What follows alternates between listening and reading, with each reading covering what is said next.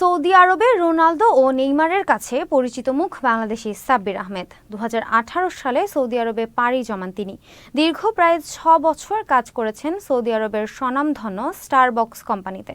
কাজের পাশাপাশি তিনি সুসম্পর্ক গড়ে তুলেছেন সৌদি আরবের ক্লাবগুলোতে খেলতে আসা বিশ্বের নামি দামি তারকা ফুটবল খেলোয়াড়দের সাথে এবং বাংলাদেশের হয়ে তাদের কাছে প্রতিনিধিত্বও করেছেন তিনি। সাব্বির আহমেদ জানান, সম্প্রতি রোনালদো নেইমার বাংলাদেশে যাওয়ার জন্য তার কাছে ইচ্ছে প্রকাশ করলে তিনি তাদেরকে বাংলাদেশের নিজ জেলায় নিয়ে যাওয়ার কথা জানান।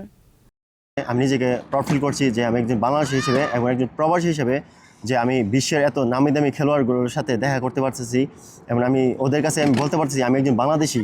এটা অনেক বড় একটু পাওয়া আমার কাছে মনে করি যে আমি ওদের কাছে যখনই যাই যে আমি বলি যে আমি একজন বাংলাদেশি, তো আমার যে বাংলা যে কথা ওদের কাছে পৌঁছতে পারছি এটা অনেক বড় একটা পাওয়া আমার কাছে।